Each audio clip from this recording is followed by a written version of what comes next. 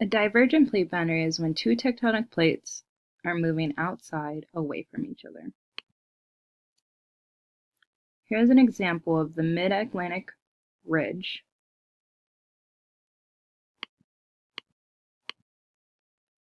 And here you will see that South and North America are carrying the plates that are moving west, and Africa and Eurasia are carrying the plates moving east.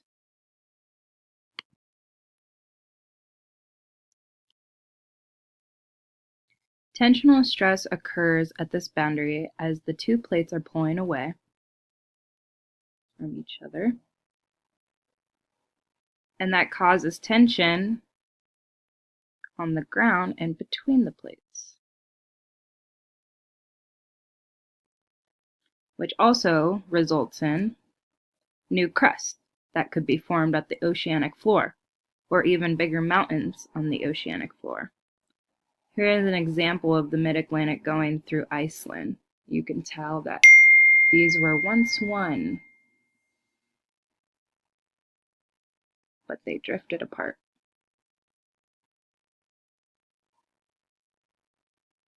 Earthquakes can be recognized as new created crust and old crust being pushed away. And the new crust is causing the old crust to crack and form faults for earthquakes to then occur.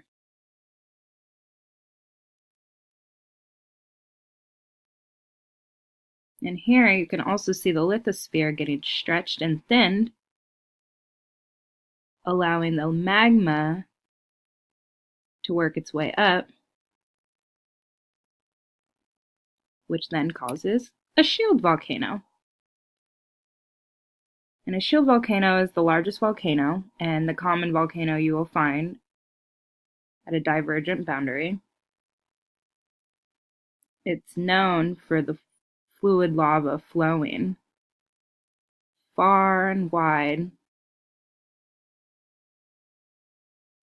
forming multiple layers of lava.